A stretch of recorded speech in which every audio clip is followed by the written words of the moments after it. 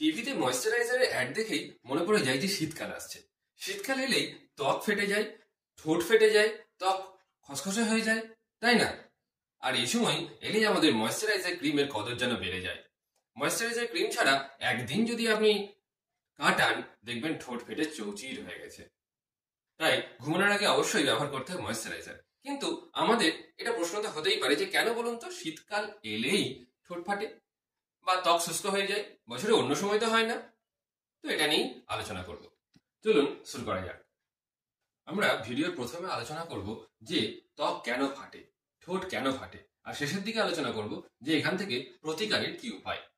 তাই ভিডিওটি স্কিপ না করে পুরোটা দেখার অনুরোধ রইল। প্রথমত, শীতকালে বাতাস খুব শুষ্ক থাকে, জলীয় বাষ্পের পরিমাণ কম থাকে। বিজ্ঞানীদের মতে শীতকালে সূর্য হেলানোভাবে কিরণ দেয়, আর তার জন্য বায়ুমণ্ডল খুব তাড়াতাড়ি উত্তপ্ত হয়ে ওঠে। বায়ুমণ্ডল উত্তপ্ত হয়, এদিকে বাতাসে আর্দ্রতার পরিমাণও খুব কম থাকে। আর এই আর্দ্রতা কম থাকার জন্য উত্তপ্ত বায়ুমণ্ডলে প্রচুর পরিমাণে ধূলিকণার পরিমাণ দেখা যায়। তাই দেখবেন যে শীতকাল পড়লে বড় বড় শহর যেমন দিল্লির মতো শহরে প্রচুর পলিউশন হচ্ছে, এরকম দেখা যায়। তার কারণ হচ্ছে বাতাসে ধূলিকণাও প্রচুর বেড়ে যায়। আর এই ধূলিকণা বেড়ে গেলে ত্বক আরো রুক্ষ বা খসখসে হয়ে যায়। আর যখন জলীয় বাষ্পের পরিমাণ কমে যাচ্ছে, তখন শুষ্ক বাতাস সূর্যের যে তাপ পাওয়ার পর কি করে, যেখানেই যত জল আছে সবকে একসাথে এভাপোরেট করতে শুরু করে। অর্থাৎ আমাদের চামড়াতেও, যেমন ধরুন ঠোঁটের মতন পাতলা চামড়া যেখানে আছে, তার উপরে যে জলটা আছে সেটাও কিন্তু জলীয় বাষ্পে পরিণত হয়। তার ফলে কি হয়, আমাদের ত্বকের উপরিভাগের জলটা শুকিয়ে যায়। আর জল শুকিয়ে গেলে চামড়াটা টান টান হয়ে যায়। এবার যখন আমরা ধরুন কথা বলি বা চামড়া যখন সংকুচিত প্রসারিত হয়, তখন সেই টান টান হয়ে থাকা শুষ্ক খসখসে চামড়া ফেটে যায়। আর ফেটে গেলেই তো ব্যাস, আমাদের এখান থেকে রক্ত পর্যন্ত পড়তে শুরু করে, তাই না? এছাড়া ঠোঁট ফাটার আরো বেশ কিছু কারণ আছে। আমরা প্রায়ই জিভ দিয়ে ঠোঁটটা চাটি, তাই না? আমরা মনে করি হয়তো যে জিভ দিয়ে যদি চাটি তাহলে ঠোঁট ফাটাটা বন্ধ হয়ে যাবে, কিন্তু হয় ঠিক এর বিপরীত।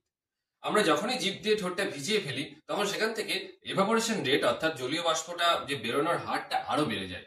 কিছুক্ষণ ভালো থাকলেও তার কিছুক্ষণ পর দেখবেন আরো বেশি ঠোঁটটা শুষ্ক হয়ে যায়, ফলে ঠোঁট আরো ফাটতে থাকে।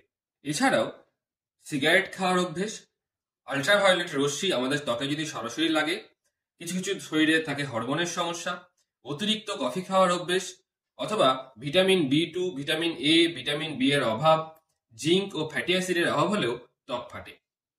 এসবের অভাবে শীতে ত্বক ও ঠোঁটের শুষ্কতা বাড়িয়ে দেয়। পুষ্টিহীনতা ও শরীরে জলের ঘাটতি, রেটিনয়েড জাতীয় ওষুধ সেবন ছাড়াও বিভিন্ন ধরনের চর্মরোগের কারণেও শীতে বেশি করে ত্বক ফাটতে থাকে। অনেকের সময় বংশগত বা জিনগত কারণেও বয়স যদি 40 পার হয়ে যায়, তাহলে তেল বা ঘাম গ্রন্থির সংখ্যাটাও কিন্তু কমে যায়। এটাও কিন্তু ত্বক ফাটার অন্যতম একটি কারণ। এছাড়া আমরা যদি ক্লোরিনযুক্ত জলে সাঁতার কাটি বা স্নান করি, বিশেষ করে গরম জলে যদি স্নান করি, ক্ষারযুক্ত সাবান ব্যবহার করি, অতিরিক্ত আকাশপথে ভ্রমণ করা, বা কিছু চর্মরোগ, কিছু ওষুধের সাইড ইফেক্ট, বেশিরভাগ সময় এসিতে থাকা, থাইরয়েডের সমস্যা, ডায়াবেটিস, অতিরিক্ত সুগন্ধি পদার্থ ব্যবহার করাও ত্বক ফাটার অন্যতম কারণ। ত্বক ফেটে যাওয়া ছাড়াও কালচে হয়ে যাওয়া ও অ্যালার্জি সহ নানা রকমের সমস্যা দেখা যায়। কি করবেন? এর জন্য প্রয়োজন বাড়তি যত্নের, নয়তো ত্বকে দেখা দিতে পারে বিভিন্ন রকমের সমস্যা।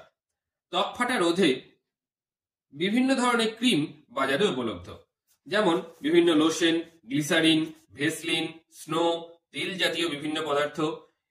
এগুলো সবই আপনি ত্বকের ওপর ব্যবহার করতে পারেন। এগুলোর যেটা কাজ, সেটা হলো ত্বক থেকে জল বেরোতে দেয় না। বাতাস ত্বকের উপরে তেল জাতীয় পদার্থের জন্য জল চুষে নিতে পারে না। এগুলো ত্বকের রুক্ষতা রোধ করে। সুতরাং এসব ব্যবহার করলে ত্বক ফাটা রোধ করা যায়। শীতে তাই ভালো মানের লিপস্টিক বা লিপ বাম ব্যবহার করা যেতেই পারে। ভালো ময়েশ্চারাইজারও ব্যবহার করতে পারেন। স্নানের সময় ময়েশ্চারাইজার যুক্ত সাবান ব্যবহার করুন। ময়েশ্চারাইজার লাগানোর আগে ত্বকের মরা কোষগুলি পরিষ্কার করে নিন। ভালো ময়েশ্চারাইজার যুক্ত ক্রিম ব্যবহার করতে পারেন। যাদের ব্রণর সমস্যা রয়েছে তারা ক্রিমের সঙ্গে একটু জল মিশিয়ে নিয়ে মাখতে পারেন। তবে সবার আগে বদ অভ্যেসগুলোকে ছাড়ার চেষ্টা করুন। যেমন ক্যাফাইন যুক্ত পানীয়, যেমন চা, কফি কম পান করতে হবে এই সময়। লবণাক্ত খাবার ত্বককে আরো শুষ্ক করে দেয়, তাই এই ধরনের খাবার এড়িয়ে চলুন। শীতে অনেকেই ঠান্ডার কথা ভেবে জল কম পান করে, কিন্তু তাতে করে ত্বক আরো বেশি শুষ্ক হয়ে যায় এবং আরো বেশি ফাটে। তাই শীতে প্রচুর জল পান করার কিন্তু কোনো বিকল্প নেই।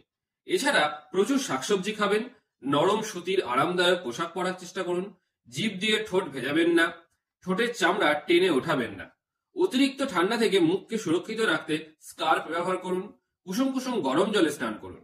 মুখ দিয়ে নয়, শ্বাস নিন নাক দিয়ে। নাক বন্ধ হয়ে গেলে ড্রপ ব্যবহার করুন।